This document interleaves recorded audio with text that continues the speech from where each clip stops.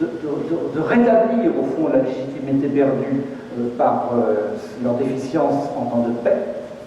Et le troisième événement, au moment de la manifestation contre ce qui était à l'époque le G8, si mes souvenirs sont bons, à Gênes, manifestation qui a vu une répression, l'organisation d'une répression qui a fait que cette manifestation s'est très très mal passée et s'est terminée par la mort de Carlo Giuliani et qui est le signal aussi du point de vue des États d'une logique de répression où donc la logique de rétablissement de légitimité par la logique de guerre extérieure s'est articulée avec une logique de répression intérieure.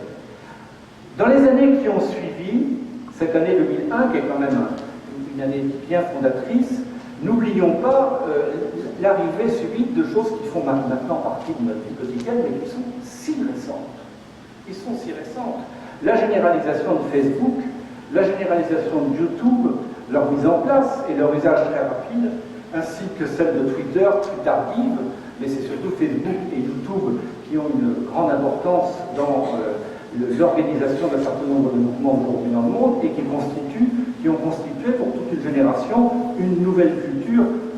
Pourrions-nous aujourd'hui imaginer des mobilisations collectives, des rendez-vous, voir la publicité faute autour d'une conférence sur la mondialisation et l'immobilisation sans ces instruments qui sont des instruments profondément populaires et qui, même si aujourd'hui ils sont utilisés, je pense à Facebook, après l'émeute de Vancouver l'année dernière, puis l'émeute de Londres cet été, puis les incidents de Barcelone, si Facebook sert aujourd'hui aux polices du monde à traquer ceux qu'ils essayent d'arrêter après des incidents, c'est surtout, c'est beaucoup plus largement un instrument pour des milliers et des millions d'anonymes qui en ont fait un instrument d'organisation.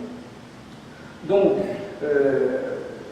le dernier élément qui vient un peu plus tardivement dans cette décennie, mais qui va la marquer, cette décennie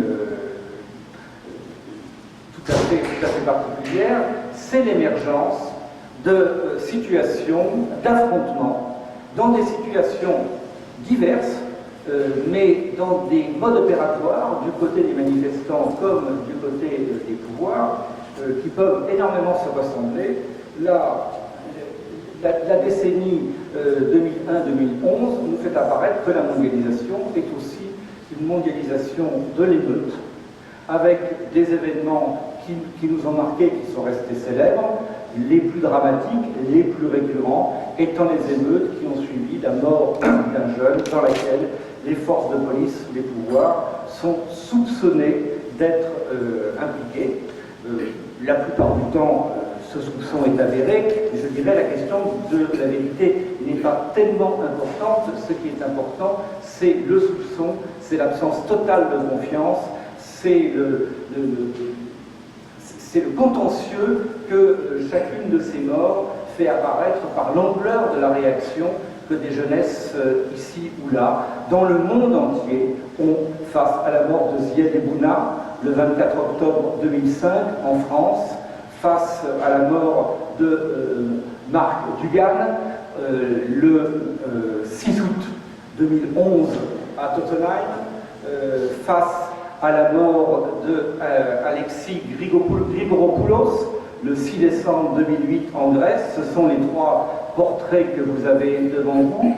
Il y en a eu d'autres. Je me souviens d'avoir suivi de près les émeutes de Montréal-Nord en août 2008, après la mort de Freddy Villanueva, mais je ne vous les citerai pas tous, puisque pour la seule année 2010, il y a eu 44 cas de ce type dans le monde entier, que dans l'année 2011, j'allais dire un léger ralentissement, il n'y en a eu que 32, mais comme il y en a eu une bonne quinzaine depuis le 1er janvier 2012, je pense que nous avons quelque chose de structurel et qui est la partie la plus dramatique, la plus symbolique de cette logique d'émeute de la décennie qui vient de s'écouler et dont je voudrais essayer de vous faire comme ça traverser année après année la logique. Au début, quelques émeutes, avant même l'émeute française de 2005 sur laquelle je veux revenir, en 2004, celle qui a eu le plus de répercussions internationales, pour ceux qui suivent un petit peu les mobilisations sociales et les mobilisations contre les ségrégations, a été l'émeute de Palm Island en Australie, à la suite de la mort, déjà en détention, en garde à vue, d'un jeune aborigène. C'est l'arrestation et la condamnation des leaders de l'émeute, exultant que cette affaire a été médiatisée, et c'est pour la première fois que la police australienne a pu être à ce point mise en cause dans la mort d'un aborigène.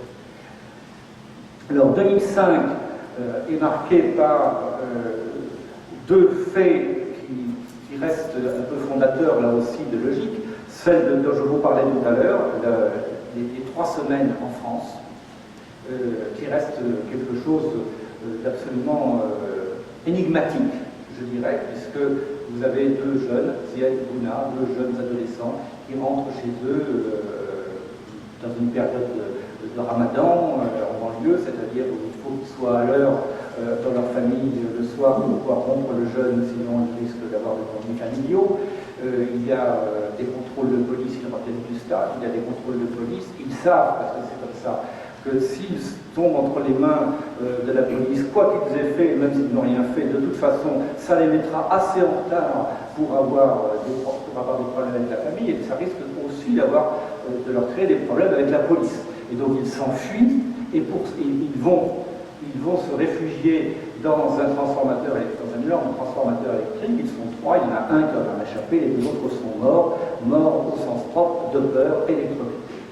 Cette mort accidentelle, immédiatement déniée par les pouvoirs publics qui ont parlé à ce moment-là de délinquants en fuite, ce qui n'est absolument pas vrai, et en grande partie laissée à l'abandon par l'opposition politique qui ne se préoccupait pas de ce genre de questions, cette mort dans l'indifférence du monde institutionnel général a généré de proche en proche et de jour en jour des mouvements de colère de plus en plus importants dans leur mode opératoire et dans leur diffusion géographique, puisqu'au départ c'était Clichy-Montfermeil, puis le département de la Seine-Saint-Denis, puis assez rapidement, pour culminer au début novembre, la France entière, où toutes les nuits, des centaines de voitures ont été incendiées. Ça a été le fait de très jeunes. Ceux qui ont fait ça avaient l'âge de ceux qui sont morts, c'est-à-dire moins de 16 ans, moins de 17 ans. Et ça s'est arrêté comme ça avait commencé. Donc, quelque chose d'énigmatique parce qu'il n'y a pas eu de banderole, il n'y a pas eu de mot d'ordre, il n'y a pas eu de revendication, il n'y a pas eu de négociation, il y a eu un mouvement pour dire on est là, et au bout d'un certain temps, ça s'est arrêté. Ça, c'est l'année 2005, ça a frappé le monde. En 2006, on a d'autres événements qui ont quand même eu un certain écho, comme la révolte de la ville de Oaxaca au Mexique, que je fais rentrer dans le champ de ces mouvements de révolte, mais aussi les jours d'émeutes qui ont suivi la fermeture et la destruction de la Maison des Jeunes de Copenhague, l'Ungdom Huset, qui était un squat autorisé, en fait, un ancien bâtiment syndical qui appartenait à la municipalité de Copenhague, les social-démocrates, qui l'avaient vendu à une secte religieuse qui avait décidé de faire une opération financière et donc qui a fait expulser et détruire le bâtiment, qui était un bâtiment qui avait une audience culturelle européenne au moins. Ça a induit plusieurs jours d'émeutes qui ont été d'ailleurs pour les polices européennes, puisque vous êtes venus de plusieurs pays pour voir comment ça se passait, un terrain d'expérimentation et d'apprentissage dans la répression. Alors en 2007, nous avons remis ça en France avec la mort de 2 autres jeunes sur une petite moto qui a été percutée par cette voiture de police que vous voyez ici. Cette affaire, comme celle de Zélie Boudin d'ailleurs, n'est toujours pas sortie judiciairement du processus, hein, c'est pas complètement jugé. Un des policiers en question vient d'être mis en examen pour faux témoignage. Et ça a généré plusieurs jours d'émeutes plus localisées, mais beaucoup plus violentes, avec des affrontements directs avec la police cette fois-ci. Et puis, le mouvement altermondialiste a repris aussi le chemin de l'affrontement avec les manifestations en Allemagne, à Rostock et Hambourg, contre le G8, qui ont été aussi particulièrement violentes. 2008, là, les choses prennent véritablement de l'ampleur. Elles prennent de l'ampleur géographiquement avec ce mouvement général de révolte violente que, du côté des pays riches, nous avons appelé les émeutes de la faim, mais qui, du point de vue de ceux qui les ont vécues et qui les ont animées, étaient, ce qui est encore aujourd'hui l'appellation pour d'autres révoltes du même type, notamment au Nigeria cette année sur le prix du fioul, étaient des émeutes de la vie chère. Ce sont des mouvements urbains. Ce ne sont pas des gens qui meurent de faim au Somalie qui se sont révoltés. Quand on meurt de faim, on ne se révolte plus. Ce sont des urbains qui se sont révoltés contre le prix du pain, contre le prix du riz, contre le prix des produits de première nécessité, qui commençait 2008 au moment de la première crise financière mondiale, qui commençait tout simplement à être l'objet de spéculation. Tout produit un tout petit peu rare peut devenir très cher si on sait spéculer dessus, et en l'occurrence, ce sont les produits alimentaires qui, en 2008, ont été l'objet de spéculation mondiale, d'où cette géographie générale avec tous les continents qui ont été touchés. Mais 2008 n'a pas été touché que par cette vague d'émeutes. Il y a aussi, ça reste dans les mémoires, les émeutes au Tibet, à Lhasa. Ce sont aussi en Afrique du Sud des révoltes des townships qui étaient inquiets par la Sun Act, qui était la loi qui allait, une loi comme tant d'autres dans le monde entier, de résorption des bidonvilles, et qui ont considérablement inquiété une population qui du coup s'est dit que s'il n'y avait plus de place pour tous les pauvres dans les bidonvilles d'Afrique du Sud, eh ben, il fallait peut-être que tous les pauvres n'y restent pas. Et donc ce sont des xénophobes qui ont amené à des massacres des Zimbabwéens et des Mozambiquais notamment.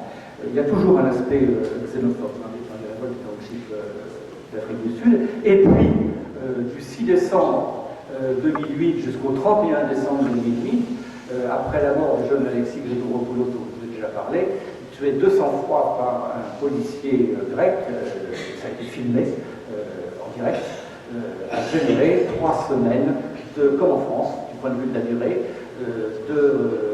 d'émeutes dans toute la Grèce, comme en France, à niveau national, mais là, ce n'est pas les banlieues, ce sont les centres-villes et les universités qui ont été au centre de cette révolte de la jeunesse, et ça s'est arrêté, comme en France, du jour au lendemain, sans qu'on sache pourquoi, le 31 décembre, qui a été marqué par la mort d'Oscar Brandt dans le métro d'Auckland. Ça enclenchait le cycle d'émeutes. De 2009, vous voyez là, je vais plus détailler, si vous voulez, parce que en 2009, on en est arrivé à 540 et quelques émeutes dans le monde. En Chine, à Urumqi avec les Ouïghours, à Madagascar, la vie chère dans les départements français d'outre-mer, Martinique et Guadeloupe, en Grèce encore à cause des mesures d'austérité, en Iran au moment des élections, que sais-je encore, les manifestations intermondialistes à Strasbourg qui ont été particulièrement violentes, et puis le cœur de l'Europe, Bulgarie, Lettonie, Lituanie, en raison des mesures d'austérité décidées par ces gouvernements, c'est le début des vagues des politiques d'austérité, et la Moldavie en raison d'une contestation du processus électoral, ce qui commence aussi à devenir une situation d'émeute assez récurrente. Nous avons donc affaire à un phénomène mondial dont j'ai là, c'est une première, c'est au début du vrai processus. Nous n'en sommes qu'à 500 par an. Vous voyez que tous les continents sont touchés, pas exactement tous, mais je vous rassure, ceux qui ne le sont pas encore bien bons, comme les États-Unis, il y en a eu de nous, il y en a eu depuis. La Russie commence à être touchée, le Brésil aussi. Alors, qu'est-ce qui me permet de mettre tout ça dans le même sac? Je dirais, c'est deux choses. D'une part, bien sûr, Lhasa au Tibet, des révoltes de la vie chère, les jeunes qui meurent, on a l'impression d'avoir une très grande diversité, pas si grande que ça. Pas si grande que ça. En fait, il y a ce que j'appelle des situations déclencheuses d'émeutes assez récurrentes et récurrentes dans le monde entier. Je vous l'ai dit, des émeutes de la vie chère, il y en a eu dans le monde entier. Il y a des émeutes à la suite de la mort d'un jeune, il y en a eu dans le monde entier. Des émeutes autour de situations électorales. Ça commence à devenir aussi assez fréquent. Bon, c'est pas forcément mis en exergue. Vous savez que les élections présidentielles au Sénégal, par exemple, cette année, ne se sont pas passées 100 heures avant, mais que vous ne savez peut-être pas que les élections municipales en Colombie ne sont pas passées 100 heures après, avec des incidents, des incendies de mairie. Le processus électoral lui-même, qui est quand même un processus qu'on a inventé il y a maintenant plus de 2 siècles et qui semblait avoir fait ses preuves et qui fait encore largement ses preuves pour pacifier les conflits, leur donner un espace de symbolisation et de débat, c'est de plus en plus difficile de le mettre en œuvre en tant que tel, et ça peut générer, pour des raisons de fraude, de manque de confiance sur le processus, etc., ça génère des conflits. Les mouvements sociaux classiques, eux aussi, sont de plus en plus débordés, se débordent ou arrivent à ne plus pouvoir se contenir dans l'affrontement avec le pouvoir. Les grèves ouvrières, c'est-à-dire les mouvements sociaux qui étaient les plus policés depuis des décennies, les plus encadrés, ceux qui avaient le plus de tradition, de négociation et au pied à pied, donc de maintien d'un processus de mobilisation qui soit calme, sont de plus en plus touchés par l'émeute elle-même. Et quand c'est pas l'émeute, comme c'est le cas en Chine, comme c'est le cas en Inde, comme c'est le cas au Bangladesh, comme c'est le cas en Espagne, quand c'est pas l'émeute, on va signaler l'importance d'un mouvement social en prenant de l'émeute quelques signes ostentatoires, même si c'est pas très très grave, comme par exemple brûler des palettes ou brûler des pneus au milieu de la route, enfin, histoire de dire, voilà, retenez-nous, ça pourrait être pire, et là, vous voyez, on vous donne les signes. Il n'y a pas que des banderoles, il y a aussi des pneus qui brûlent. Donc l'émeute devient ça fait partie du répertoire du mouvement social. Et ça, c'est le deuxième point. Donc, le premier point, il y a des situations diverses mais récurrentes et mondiales.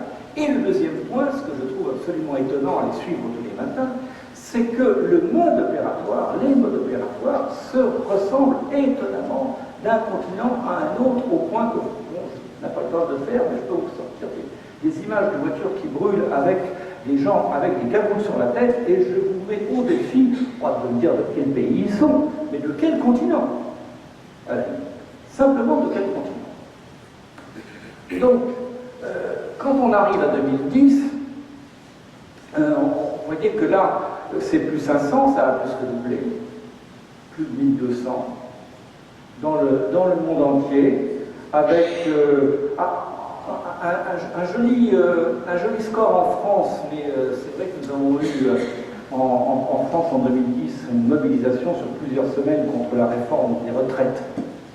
Mobilisation qui en elle-même, celle qui a été menée par les syndicats, n'a pas été tellement génératrice de violence, mais qui a entraîné dans ce sillage une mobilisation des enfants de ces syndicalistes, c'est-à-dire les plus jeunes, et notamment des lycéens, qui, pendant une bonne dizaine de jours, mais ça a suffi pour faire la une et pour gonfler les statistiques, a été particulièrement musclé. Musclé du côté des manifestants, du côté des jeunes, et du côté de la répression aussi. Voilà. Donc l'année 2010, parmi les plus... on a de nouveau, les plus connus, on a de nouveau l'État en Chine, en Afrique du Sud, des émeutes ouvrières en Chine et au Bangladesh. Au Bangladesh, c'est assez impressionnant, l'industrie textile, ce sont des enfants qui travaillent dans les usines. Donc j'ai des images d'émeutes, de révoltes, de manifestations d'enfants. Donc pour voir la différence entre les manifestants et les forces de répression, c'est 50 cm de différence. C'est assez impressionnant. Quant à la Chine, ce sont des émeutes dans le sud-est de la Chine, des émeutes ouvrières qui ont accompagné des grèves, et notamment des usines de fabrication d'iPhone. Donc la famille ne pourra en avoir. Mais le gouvernement chinois est très pragmatique face à ces mouvements sociaux. Et dans un premier temps, on réprime, parce que quand même le pouvoir c'est le pouvoir, il ne faut pas rigoler. Mais dans un deuxième temps, on règle. C'est-à-dire que ça a été très réprimé, mais les salaires ont été augmentés de 40%. Ce qui évite que ça recommence. 2011, on y arrive. C'était mon deuxième point. 2011. J'arrive à presque 2000 émeutes dans l'année. Bien sûr, c'est le printemps arabe, mais vous voyez bien qu'il n'y a pas que le printemps arabe. Puisque, après l'Algérie, d'ailleurs, tiens, c'est l'Algérie qui a eu plus d'émeutes. Il n'y a pas eu le changement de pouvoir. Et de loin, quantitativement, statistiquement, il y en a pratiquement tous les jours. C'est la Colombie, c'est l'Inde, c'est l'Italie. Ah oui, l'Italie, j'avais oublié. 2005, c'est aussi le début des manifestations contre le chantier du TGV italien, le TAV. Et ça continue. Hein. C'est le Chili. Vous savez ce qui s'est passé au Chili depuis un an? Non. Il faut dire que je ne veux pas hiérarchiser le mouvement. Le niveau des droits d'inscription dans les universités chiliennes est à un point que ça mérite 12 mois de mobilisation. Mais ils ne sont pas arrivés au bout. Hein. Ils sont pas arrivés. Donc c'est essentiellement au Chili le mouvement étudiant contre les droits d'inscription. L'Argentine, pareil, ça continue. Donc, là où il y a une année qui est marquée qualitativement par le printemps arabe et les à venir, nous avons une année qui est quantitativement assez remarquable. Et si je continue, parce que là on a un mouvement général sur les 4 dernières années, le seul premier trimestre 2012, il y a 500, j'en ai compté 500.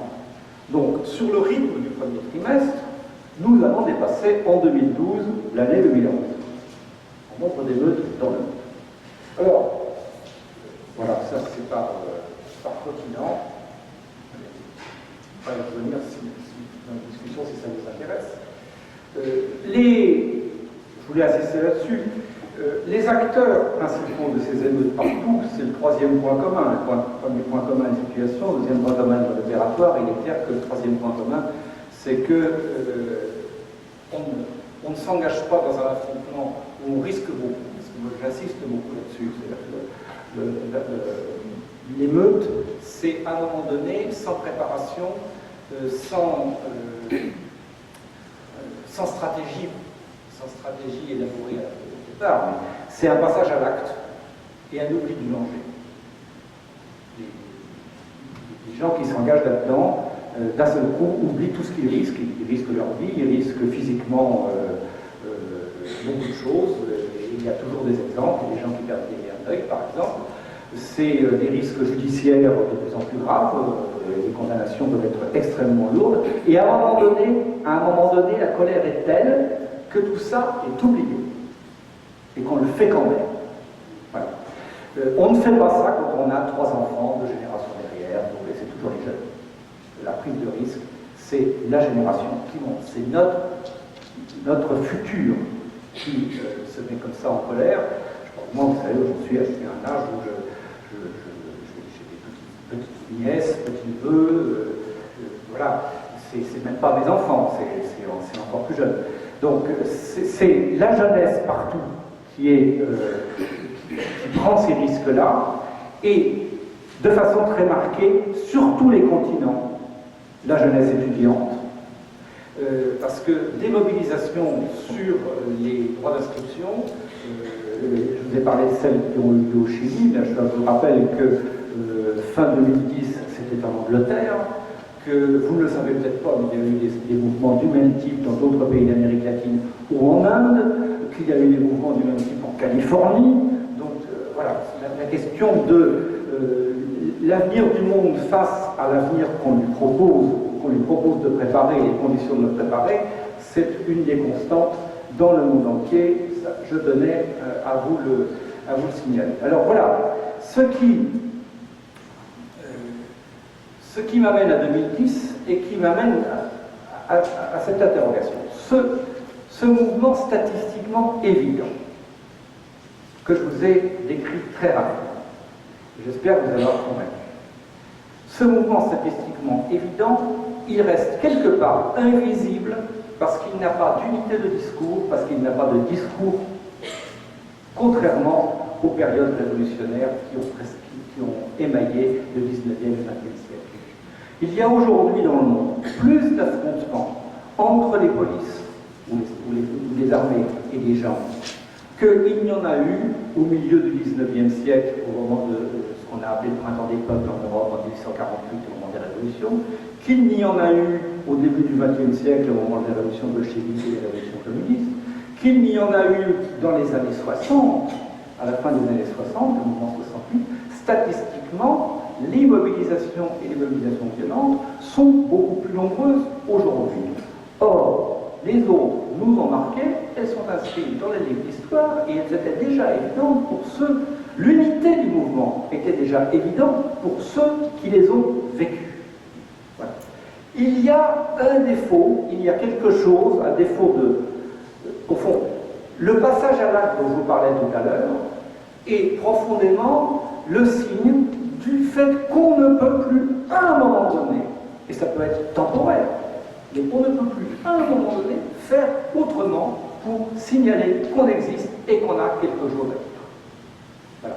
Et donc, c'est un symptôme qu'il faut essayer de lire comme le symptôme d'une difficulté des dispositifs démocratiques ou non, des dispositifs institutionnels, des dispositifs de pouvoir dans le monde de la mondialisation aujourd'hui, à assurer la représentation de leur peuple, à assurer la représentation de la conflictualité qu'il y a au sein des sociétés. Nous avons un dispositif de représentation qui est mis à mal par une mondialisation qui, en s'accélérant, en se financiarisant, ne donne plus au pouvoir, ne donne plus aux États une marge de manœuvre nécessaire pour pouvoir répondre à ces besoins et pour pouvoir assurer cette représentation.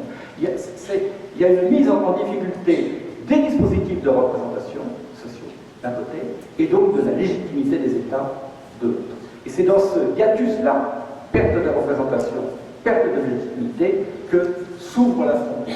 En lui-même, l'affrontement ne dit rien. Il dit qu'il y a quelque chose qui ne va pas. Il y a quelque chose qui ne va pas. Non seulement il ne dit rien, mais il ne se montre pas. Voici les images qui viennent de tous les continents. Il y a un point commun que Banksy, auteur de l'affiche bien connue qui est en bas à gauche, a bien montré, c'est le masque encapuchados en Amérique latine. Et combien de pays, combien d'États aujourd'hui tentent d'interdire les cagoules? C'est pour bien que nous avons quelque chose d'assez général et d'assez emblématique pour que Times, qui vous savez, tous les ans élit la personnalité de l'année, a décidé pour 2011 de l'élire le Protestant, personnalité de l'année. Et voilà l'image du Protestant. Il vous fait penser à qui, ce Protestant? À une femme voilée. Donc, le message subliminal est bien sûr le printemps arabe. Nous sommes d'accord. Cette image est due à un artiste. Heureusement que j'ai des enfants, parce qu'ils m'apprennent plein de choses comme ça quand je lui montrais ça au Facebook. Enfin, papa. C'est le style d'Obey. Ah oui, sur Internet, Obey. Donc, Obey, effectivement, artiste graphiste bien reconnu, il a travaillé sur une image. Voilà la photo d'origine. Et voilà les premières esquisses du dessin de Bell. Donc ce qui, sur la une du Times, nous fait à tous, j'en ai fait partie, penser au printemps arabe et une femme voilée, ou en tout cas un protestataire plutôt musulman, au départ, est la photo d'une militante, vous avez bien vu, c'est une femme, d'une militante de Occupy Wall Street, voilée pour des raisons que chacun connaît maintenant, parce qu'il vaut mieux pas être photographié dans un certain nombre de circonstances, et ayant mis sur son foulard le slogan 99%, qui est le slogan d'Occupy Wall Street. Ce qui reste dans la troisième version, là, juste avant d'arriver sur la ligne du Times, le 99% est en bas à gauche. Je ne sais pas si vous voyez bien sur l'écran. Et ça devient quelque chose qui englobe tout. Ça me semble, l'œil de l'artiste, là, me semble avoir percé à jour quelque chose. C'est le propre des artistes dans les périodes compliquées comme celles qu'on vit aujourd'hui, c'est de voir des choses que le langage, que les énoncés, que les mots ne voient pas forcément. C'est-à-dire qu'il y a bien, dans cette année 2011, il y a bien quelque chose de commun entre le printemps arabe, les indignés espagnols et Occupy Wall Street. Il y a bien quelque chose de commun. Et un des premiers faits tout à fait marquants de cette période, c'est que dans ce quelque chose de commun qui rassemble, l'image qui fait autorité, l'image hégémonique, le mouvement hégémonique, ce n'est pas le mouvement des pays du Nord, c'est le mouvement des pays du Sud. Ce qui fait démarrer, ce qui va démarrer le processus de contagion et d'imitation, c'est le printemps arabe. Et qu'est-ce qui va nous dire ce printemps arabe? Reprenons mon départ. 17 décembre 2010, Sidi Bouzid, petite ville du sud de la Tunisie. Un jeune. Vous savez que la jeunesse, par les temps qui courent, n'est pas une catégorie purement génétique et générationnelle. Enfin, si c'est générationnel, mais on peut être jeune assez tard. C'est-à-dire qu'on est jeune quand on n'a pas encore réussi à s'installer dans une vie définitive avec un emploi, etc. Donc le jeune en question avait passé les 25 ans, Mohamed Bouazizi. Mais il était diplômé, mais il était toujours chômeur. Et comme beaucoup de chômeurs, en Afrique ou en Amérique latine, il survivait grâce à une activité informelle, à une activité de commerce informel, qui n'est pas forcément qu'il vendait des choses interdites, mais il vendait des choses en se débrouillant. Voilà, comme, le commerce informel est une des situations, la répression du commerce informel est une des situations récurrentes d'émeutes partout, hein, en Amérique latine, et en Asie, et même en Chine, où il y a eu plusieurs émeutes l'année dernière à partir de la répression du commerce informel. Donc, Mohamed Bouazizi est arrêté, maltraité par la police, son maigre matériel est confisqué, et à la suite de ça, il s'immole par la fenêtre. J'aurais pu faire rentrer cet événement, le 17 décembre 2010, dans les statistiques générales d'émeutes à la suite de la mort d'un jeune. D'ailleurs, un membre du gouvernement français, la ministre de la Justice de l'époque, qui a bien vu que c'était une émeute de banlieue, a proposé le savoir-faire du gouvernement français pour aider le gouvernement tunisien. Sauf que ça ne s'est pas passé comme une émeute de banlieue, que la révolte des jeunes de Sidi Bouzid s'est agrégée la révolte des jeunes de Kasséride, la révolte des jeunes de plusieurs villes du centre de la Tunisie, puis d'autres jeunes, puis d'autres générations, et au bout du compte, le gouvernement de Ben Ali a été mis dehors en l'espace de 4 semaines. Donc nous avons là un mouvement d'agrégation où la révolte, la colère devant la justice s'est transformée en une dynamique de rassemblement et une dynamique de rassemblement qui a ébranlé l'État. On sait que quelques semaines plus tard, cette dynamique de rassemblement, elle prend une visibilité urbaine à quelques centaines de kilomètres de là, en Égypte, avec la place Tahrir, c'est celle que vous voyez là, cette place Tahrir qui est devenue un symbole, non seulement le symbole de la révolution tunisienne, mais d'une façon de rendre visibles celles et ceux que la crise de la représentation ne prenait plus en compte dans le dispositif étatique mondialisé que nous connaissons. Donc, ce processus qui a touché la Tunisie, l'Égypte, avec réussite, l'Algérie, la Libye, Bahreïn, la Syrie, le Yémen, avec des devenirs plus compliqués, on va dire. Ce mouvement a été suivi avec passion par des jeunesses du monde, notamment, moi j'étais à ce moment-là en Afrique, au Sénégal, dans des pays qui n'étaient pas forcément des dictatures. Il y a un aspect, dans cette logique-là, ce n'est pas seulement une révolte contre une dictature, c'est la révolte de jeunesse qui veulent se faire reconnaître par le pouvoir et obtenir du pouvoir un certain nombre d'actes, un certain nombre de manières de faire qui prennent en compte la totalité du pays. Et c'est en s'inspirant de ce printemps arabe que le mouvement Y'en a marre, par exemple au Sénégal, a, à mon avis, été un des acteurs principaux de la défaite électorale de Ouad. D'ailleurs, vous voyez là, après les émeutes du 23 juin 2011, comment la presse sénégalaise compare la place Soweto, qui était devant l'Assemblée nationale de Dakar, avec la place Tahrir, marquant qu'il y a bien là des modes d'action qui sont communs. Le propre, j'aime beaucoup ce graffiti tunisien. Le propre de cette année, c'est donc d'avoir fait émerger, à partir de révoltes, dans des situations qui étaient des situations d'émeute classiques, d'avoir fait émerger des mouvements beaucoup plus larges qui ont eu, je vais résumer un petit peu mon propos pour laisser le temps au débat, mais qui ont eu quelques caractéristiques communes. La première caractéristique, c'est de faire émerger un acteur collectif. Ce rassemblement,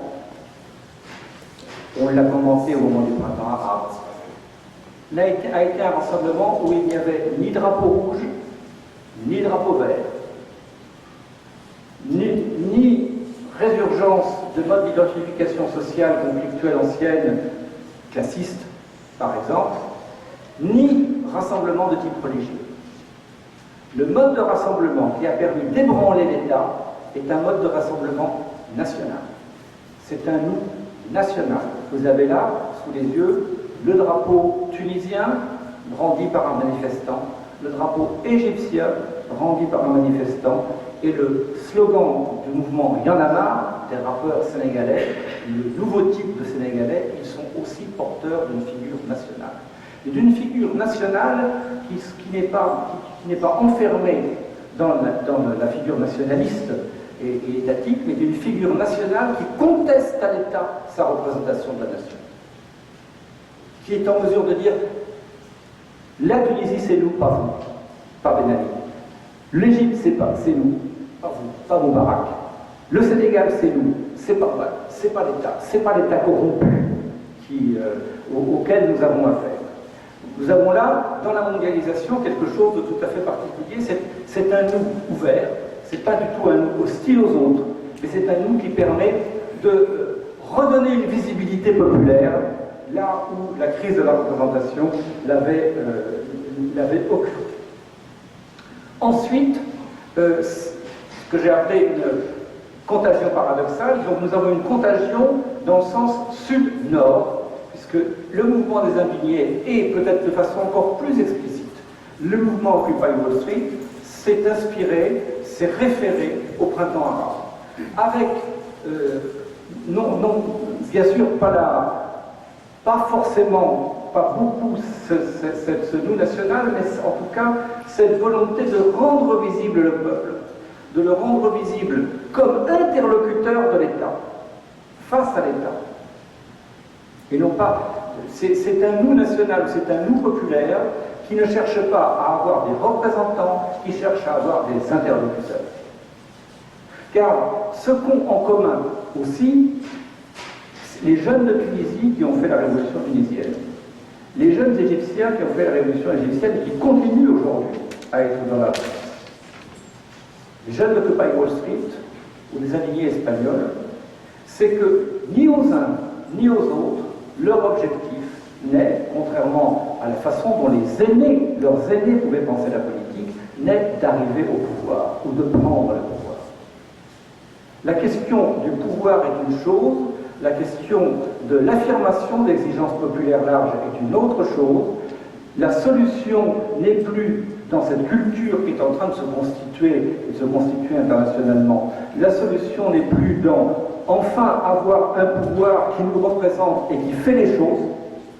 La solution est essayer d'avoir un pouvoir qui considère qu'on existe et qui négocie et qui nous écoute, parce que de toute façon, en plus, dernier point, les choses sont assez compliquées aujourd'hui dans ce monde mondialisé pour qu'elles doivent être qu'elles soient discutées politiquement, mais qu'elles soient discutées aussi techniquement. Il y a besoin d'une expertise, et l'État tel qu'il est aujourd'hui, les États tels qu'ils sont aujourd'hui, n'ont pas la totalité de l'expertise, qui est une expertise populaire, et c'est aux acteurs eux-mêmes de négocier.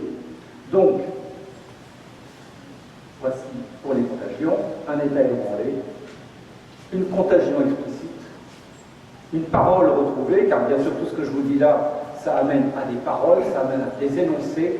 Je vous ai dit l'émeute au départ, il n'y a pas de banderole, il n'y a pas de slogan, il n'y a pas de négociation. L'année 2011, avec la dynamique du printemps arabe, amène à des rassemblements où il y a de la parole, où il y a un nous explicite, où il y a des négociations, où il y a des revendications, et une nouvelle figure populaire face à l'État. Donc c'est quelque chose qui est en train d'émerger, qui montre au positif tout ce qu'il y avait, tout ce que cette décennie émeutière a pu être un symptôme au négatif, ça nous le montre au positif. En même temps, ça ne veut pas dire, je ne pense pas, que pour autant le cycle de l'émeute va s'arrêter. Ça prend une autre nature. Nous avons là des voies de constitution de culture collective, de culture politique, qui peuvent peut-être à un moment donné permettre à quelque chose qui n'est jamais très drôle de s'arrêter, c'est-à-dire l'affrontement, c'est dangereux, c'est pas... en général, ce sont les émeutiers qui perdent, d'ailleurs ils le savent à l'avance, donc si on peut trouver d'autres façons, c'est mieux, mais encore faut-il trouver collectivement des façons qui soient des façons contemporaines. On a quelque chose qui est en train de se constituer là, ça ne veut pas dire que tout va se résoudre d'un coup. Il y a encore aujourd'hui beaucoup d'émeutes dans le monde, il y en a encore plus que l'année dernière. Parce que nous sommes aussi devant des figures de l'État. La situation de l'État, c'est pas, je terminerai là-dessus, la situation de l'État, des États qui gèrent la mondialisation, ne s'est pas véritablement améliorée depuis 10 ans. La crise de légitimité qui se dessinait il y a 10 ans, elle est de plus en plus évidente avec des figures caricaturales, dont je vous en signale deux. La figure de l'État impuissant, puisque pris complètement dans les mains de marchés financiers qu'il ne contrôle plus et qui le mettent dans l'injonction paradoxale pour être un État d'étrangler le peuple, ce qui amène à des impasses et donc à des résultats électoraux qu'on a vu ce week-end, ou la logique de la guerre faite à la population, dont la figure caricaturale est celle de la Syrie, mais c'est une figure caricaturale, ce n'est pas une figure exceptionnelle de se mettre en position guerrière face à son propre peuple. Donc je voulais terminer en vous proposant une analyse de la question de l'État contemporain. Alors je ne sais pas si le son va être très bon. C'est au Sénégal que j'ai pu récolter cette expérience, ces quelques mots d'un jeune qui est dans une zone où des milliers et des milliers de familles ont été expulsées de façon extrêmement brutale pour faire passer une autoroute à péage. Je sais bien que le Sénégal est un des pays les plus pauvres du monde, donc un autoroute à péage, qui va payer? Bon, mais il faut dire que c'est Bouygues, grande entreprise mondiale, la Banque mondiale, enfin, tous des acteurs comme ça qui sont aujourd'hui aux manettes pour construire cette autoroute à péage. Et donc la vie des gens n'a pas beaucoup d'importance là-dedans. Des milliers et des milliers de personnes ont été déguerpies, comme on dit là-bas. Et le gouvernement sortant, Wade, était la main dans la main avec les entreprises qui ont fait ça. Donc je voulais vous faire écouter ces propos. J'espère que le son va être bon et après nous pourrons.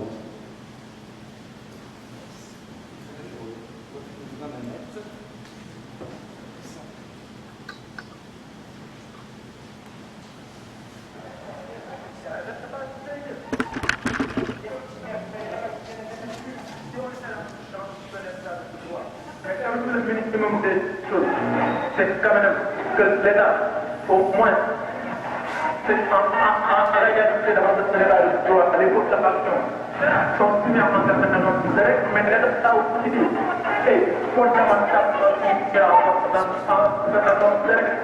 Sinon, on est forcément dans un état de poursuite, mais ce qui se passe ici, on nous prend de malgré nos regrets, comme ça on demande comme si on était des émotions de politique, vous rentrez évidemment contre nous ne sommes plus dans un état de droit, nous ne sommes plus dans un état réglementaire, nous ne sommes plus dans un état où parce que véritablement toute notre histoire sont bâties.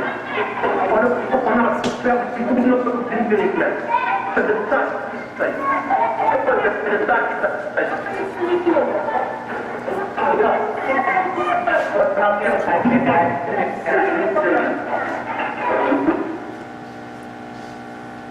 Je ne sais pas si vous avez bien entendu l'idée. Voilà, c'est peut-être un peu fort. Mais j'ai trouvé extraordinaire que ces gens, dans cet état de dénouement, de répression, vraiment de maltraitance collective dans laquelle ils étaient, leur exigence, c'était d'avoir un État qui les reconnaisse. Et la question n'est pas la destruction de l'État, mais au contraire d'avoir un État qui soit un véritable interlocuteur et qui s'impose à lui-même des règles. Je pense que c'est plutôt donc la question du droit et de l'État qui est aujourd'hui une des grandes questions contemporaines, et non pas celle qui a été celle de la politique pendant les 2 siècles que nous venons de vivre, qui est celle du pouvoir et de quel pouvoir. Voilà, c'est comme ça que je termine.